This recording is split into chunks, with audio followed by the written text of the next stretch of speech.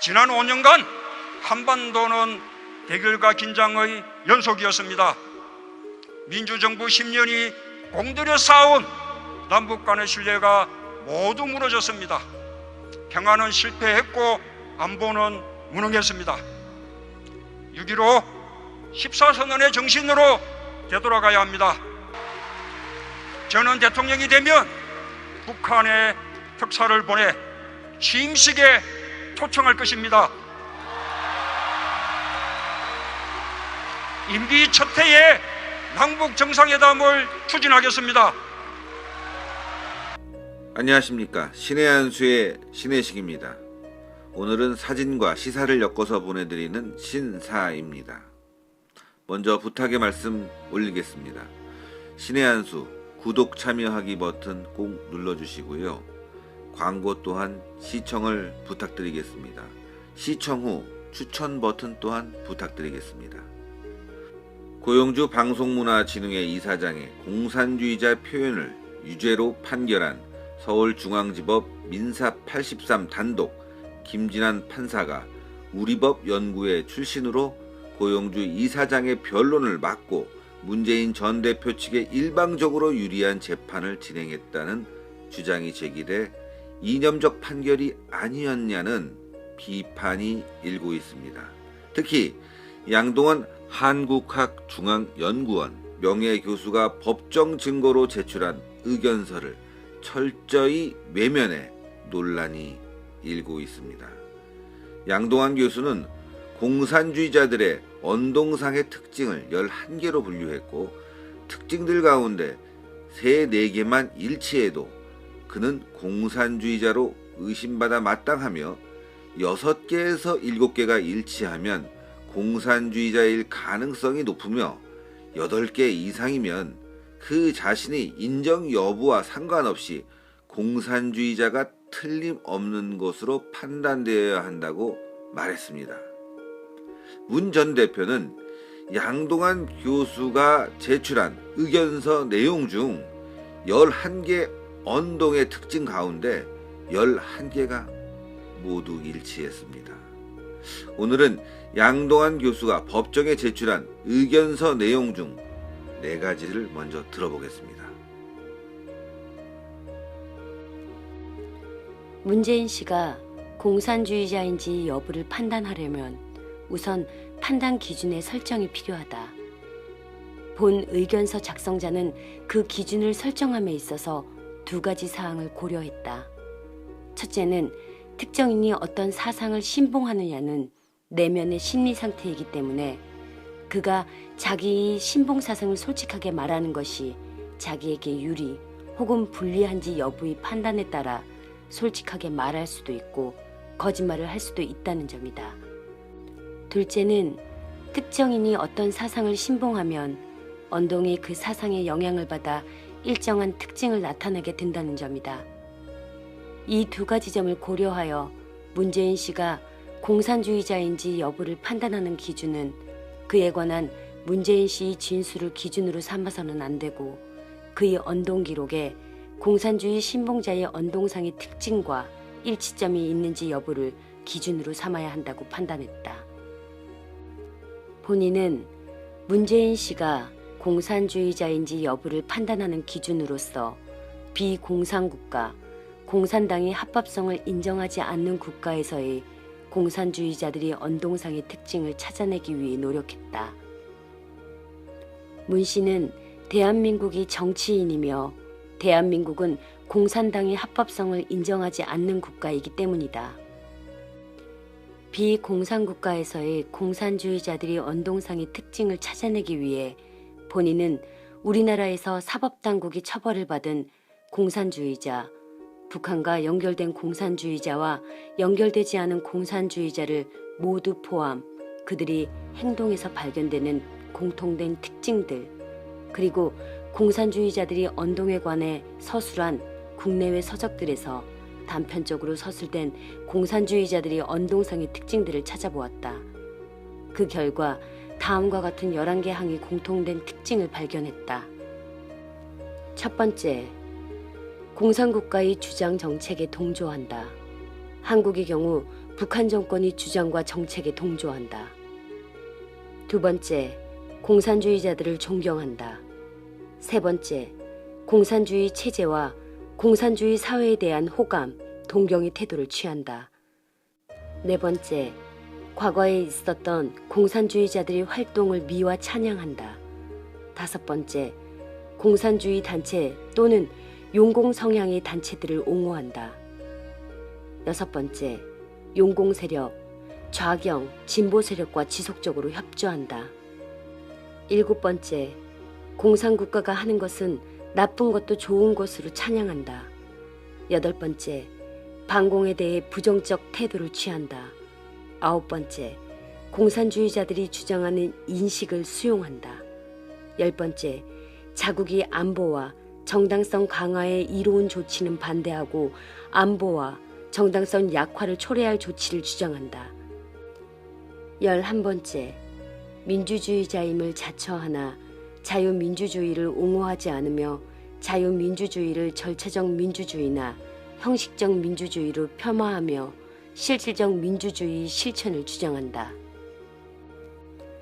위에 열거한 비공산국가, 공산당이 불법화된 국가에서의 공산주의자들이 언동상의 특징은 특정인을 공산주의자로 몰아가기 위해 억지로 설정한 기준이 결코 아니다. 모든 비공산국가, 공산주의자들에게서 다 발견되는 공통적 특징을 열거한 것이다. 재판부가 이 내용의 신뢰성을 확인하고자 원한다면 주요 비공산국가의 공안기관에 문의하여 상기한 비공산국가 공산주의자들이 언동상의 특징들이 타당한 것인지 여부를 확인해 주기 바란다. 본인의 생각으로는 특정인의 언동이 위에서 열거한 공산주의자의 언동상의 특징들 가운데 3, 4개만 일치해도 그는 공산주의자로 의심받아 마땅하며 6, 7개가 일치하면 공산주의자일 가능성이 높으며 8개 이상 일치하면 그 자신이 인정 여부와 상관없이 공산주의자가 틀림없는 것으로 판단되어야 한다. 문재인 씨 언동 기록 중 상기 기준 일치사항 추적. 본 의견서 작성자는 문재인 씨의 언동에서 상기한 공산주의자의 언동상의 특징들과 일치한 점이 있는지 여부를 추적해봤다. 추적해본 문재인 씨의 언동은 언론 매체에 보도되었거나 그의 자서전에 기록된 것에 제한된다. 문재인 씨의 언동을 밀착하여 관찰했다면 보다 많은 사항들을 발견할 수 있을 것인데 본 증인과 문재인 씨의 관계가 그걸 허락하지 않아 그렇게 하지 못한 것이 유감스럽다. A. 문재인 씨는 대한민국을 적대하고 있는 북한 공산정권이 대한민국을 공산화 통일하기 위해 주장하고 있는 국가보안법 폐지, 연방제 통일 방안, 미 북한 간 평화협정 체결, 국정원 해체 등을 명시적으로 지지했고 주한미군 철수와 한미동맹 해체에 대해서는 불분명하게 동조했다. 1. 국가보안법 폐지를 주장했다. 문재인 씨는 2011년 발간된 자기 자서전 운명에서 민정수석 2번 하면서 국가보안법을 폐지 못한 것은 뼈아픈 일이었다. 라고 서술했다. 문 씨는 2012년 11월 5일 인터넷신문 통일뉴스 창간 12주년 기념 특별 인터뷰에서 국가보안법은 인간 사상에 대한 검열, 행위형법이 아닌 심정형법이 문제, 모호한 범죄 구성 요건, 형사 절차상 피의자의 권리 제한, 사회 전체의 공안적 분위기 조성 등의 문제를 가지고 있으며 국가보안법은 폐지되어야 한다. 고 주장했다. 2. 연방제 통일을 주장했다. 문재인 씨는 연방제 통일에 대해 수용적인 입장을 취해왔다. 2011년 2월 12일자 한국일보와의 인터뷰에서 김대중 노무현 정부를 거치면서 국가연합 혹은 낮은 단계의 연방제를 이룰 수 있다는 희망을 품을 정도가 됐다. 고 말했다.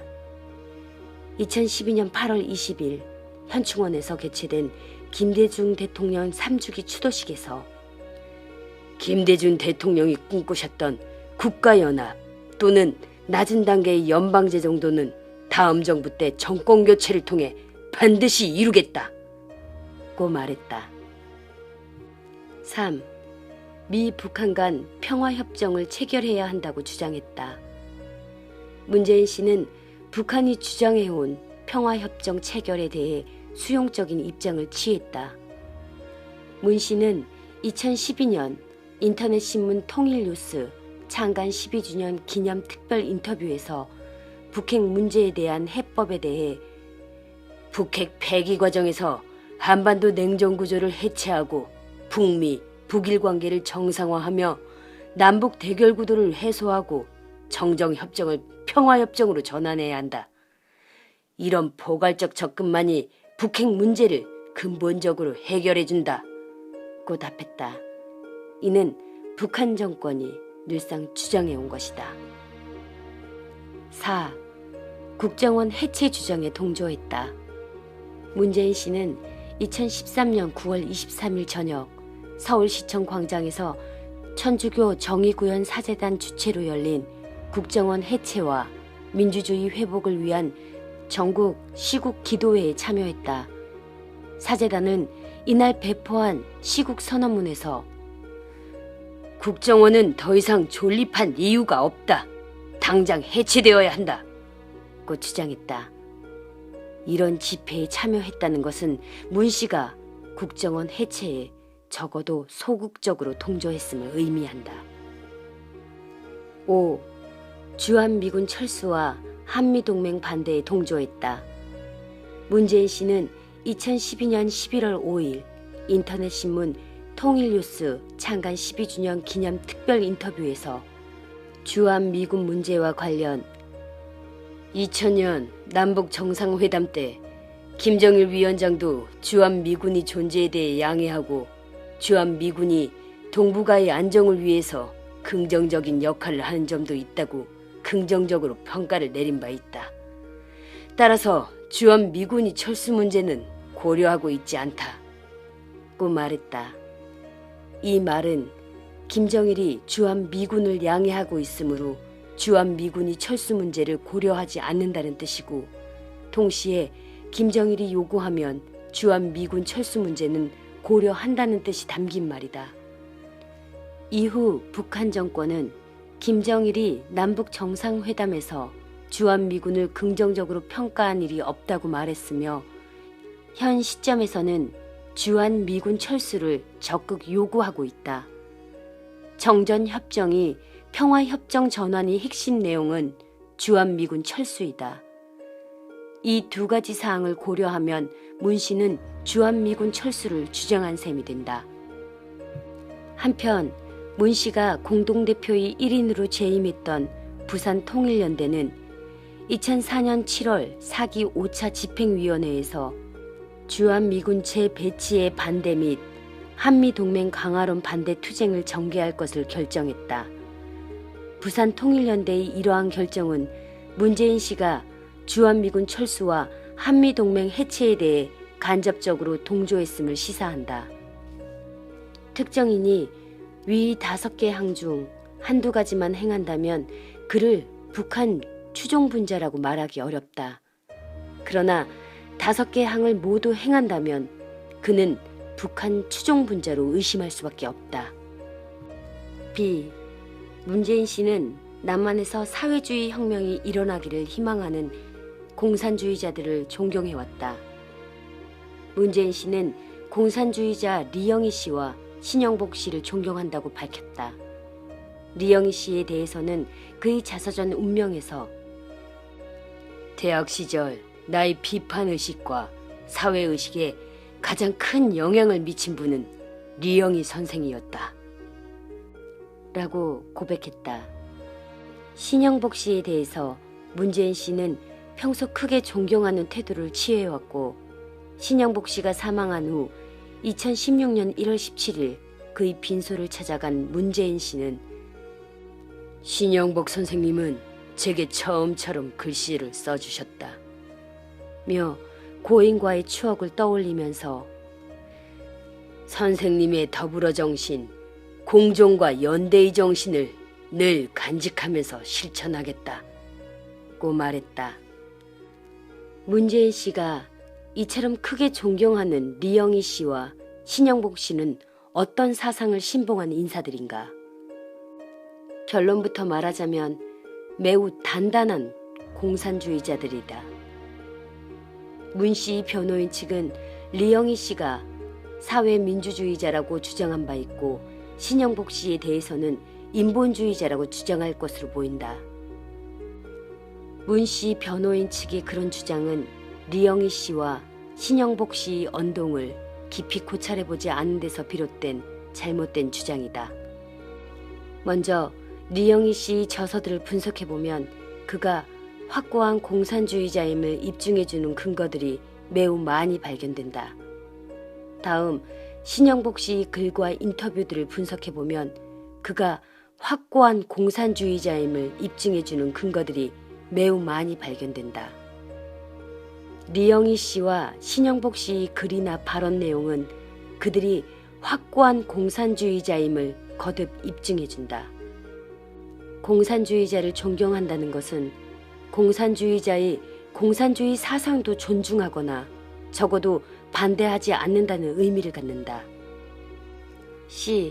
문재인 씨는 공산주의 체제, 사회에 대한 호감, 동경을 표시했다. 첫째, 문 씨는 그의 자서전 운명에서 부모님과 친척들의 행복은 전쟁으로 끝이 났다고 말하여 전쟁 전 공산주의 체제 하에서 문 씨 집성촌에서의 부모님과 친척들의 생활이 행복했으며 그 공산 체제 하의 행복은 전쟁, 즉 국군이 북진으로 깨어졌다는 인식을 드러냈다. 둘째, 문 씨는 리영희 씨 베트남전에서의 미국 패배 예측 적중에 희열을 느꼈다고 고백, 베트남 전쟁에서 공산 세력이 승리를 좋아했음을 표출했다. 문 씨는 이에 대해 리영희의 책 1, 2부는 누구도 미국이 승리를 의심하지 않을 시기에 미국이 패배와 월남이 패망을 예고했다. 3부는 그 예고가 그대로 실현된 것을 현실 속에서 확인하면서 결산하는 것이었다. 적어도 글 속에서나마 진실이 승리를 확인하면서 읽는 나 자신도 희열을 느꼈던 기억이 생생하다. 라고 말했다. 월남전에서의 미국이 패배 및 월남이 공산화에 대해 희열을 느꼈다는 것은 공산주의자가 아니면 느낄 수 없는 감정이다. 셋째, 문 씨가 그의 자서전에서 대학 시절 나의 비판의식과 사회의식에 가장 큰 영향을 미친 분은 리영희 선생님이었다. 라고 고백하면서 중국 문화혁명에 대한 자기 부정적 견해를 말하지 않은 것은 문 씨가 중국 문화혁명과 모택동에 대한 리 씨의 찬양에 동조했음을 시사한다. 문재인 씨는 과거 공산주의자들의 활동을 미화 찬양했다. 첫째, 문재인 씨는 일제하에 공산당 항일 운동가들에 대해 호의적인 평가를 하고 있으며 특히 김원봉을 찬양해왔다.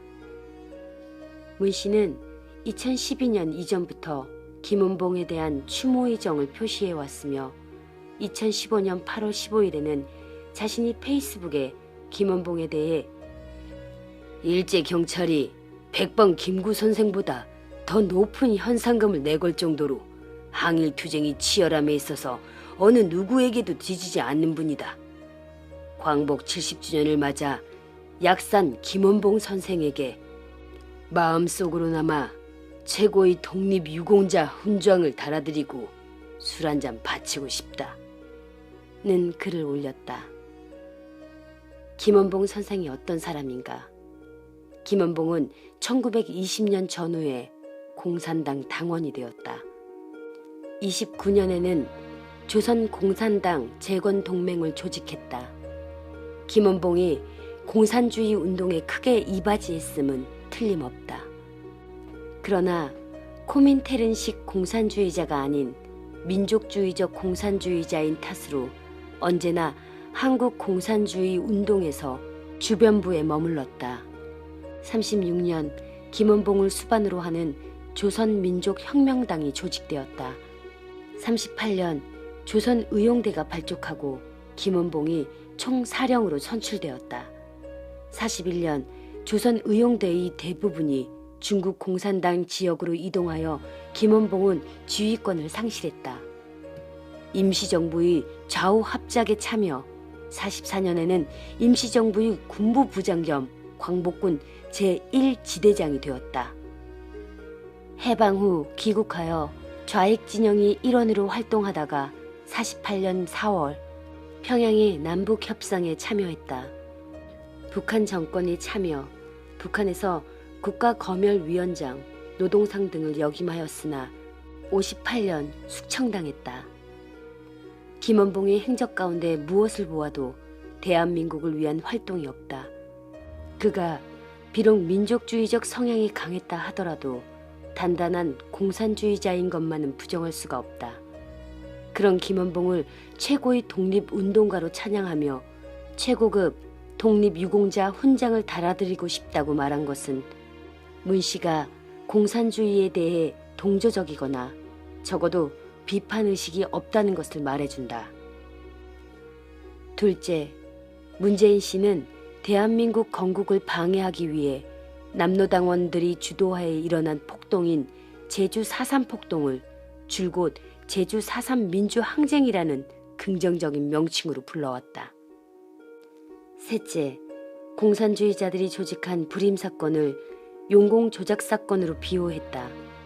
문 씨는 송기인 신부의 회각기념 논문집, 교회와 사회에 게재된 논문, 불임사건과 국가보안법 제7조의 위헌성에서 불임사건이 당국에 의한 용공조작사건이라고 거듭 주장했고 그 2차 서전 운명에서도 불임사건을 애당초 무리한 조작사건이라고 단정했다. 불임사건 수사에 참여했던 검사에 따르면 불임사건은 객관적 증거가 많이 존재하고 연루자들이 고문 없는 상태에서 자백한 사항들이 입증해주는 사건이다. 또한 불임사건 피해자들은 담당 검사에게 자기가 공산주의자임을 인정하면서 지금은 검사님이 우리를 조사하지만 공산주의 세상이 오면 우리가 검사님을 심판할 것입니다. 라고 협박하기까지 했다. 이처럼 공산주의자들의 활동을 미화, 비호하는 행위는 공산주의 사상을 신봉하거나 그의 동정적 입장을 가지지 않으면 불가능한 행위다. 오늘은 양동환 교수가 법정에 제출한 의견서 내용 중 4가지를 먼저 들어보았습니다. 2부에서 방송될 내용은 더 충격적입니다. 양동환 교수는 문재인 전 대표의 언동 기록에서 공산주의자 언동상의 특징 11개가 모두 발견된 것은 매우 놀라운 일이라고 말합니다. 그러나 재판부는 이 11가지 중 단 한 가지도 참조하지 않은 것으로 보입니다. 한 법조인은 판결문을 보고 난 후 일방적으로 문재인의 편을 들었다. 문재인의 변호사보다 더 판사가 변호사 같았다며 비꼬았습니다. 신의 한 수 2부에서는요.